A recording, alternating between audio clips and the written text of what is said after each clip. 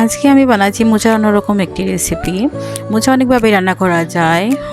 আমি মোচা পরিষ্কার করে ছাড়িয়ে নিলাম। ঝুরি করা মোচা দিয়ে একটি রেসিপি বানাবো, আর ভিতরে নরম অংশটা দিয়ে আজকে আমি বানাবো একটি মজার স্বাদের রেসিপি।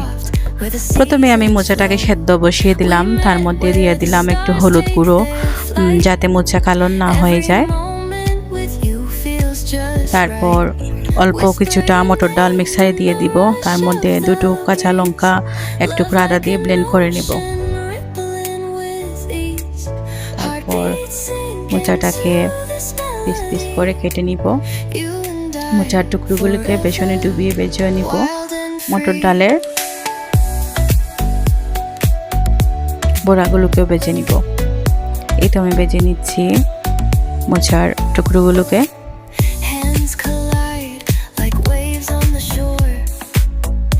তারপর দিয়ে দিব 5 ফোড়ন, তেজপাতা, আদা বাটা,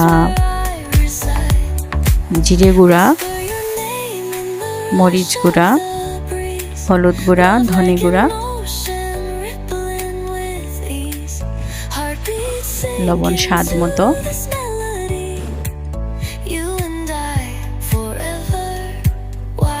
তারপর একটু জল দিয়ে মশলা কষিয়ে নিব। আস্তে আস্তে নাড়িয়ে নাড়িয়ে কষিয়ে নিব। যখন তেল উঠে আসবে উপরে,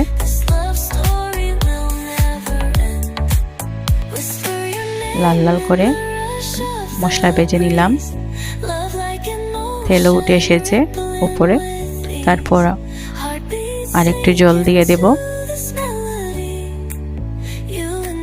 ফুটে আসলে একটু চিনিও দিয়ে দিব। চিনি দিলে তরকারির স্বাদ আরও বেড়ে যায়। তারপর দিয়ে দিলাম ভেজে রাখা আলু।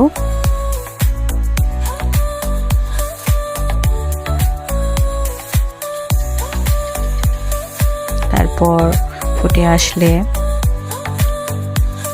দিয়ে দিব মটর ডালের বড়াগুলো। এরপর ভেজে রাখা মোচার টুকরোগুলো।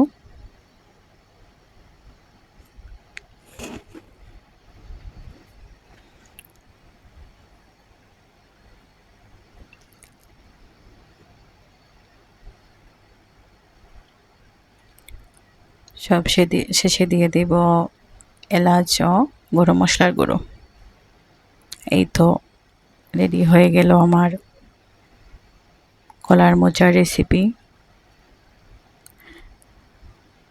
খুব মজা খেতে, আপনারা বানিয়ে খাবেন। আবার দেখা হবে নতুন কোনো ভিডিও নিয়ে। ধন্যবাদ সবাইকে।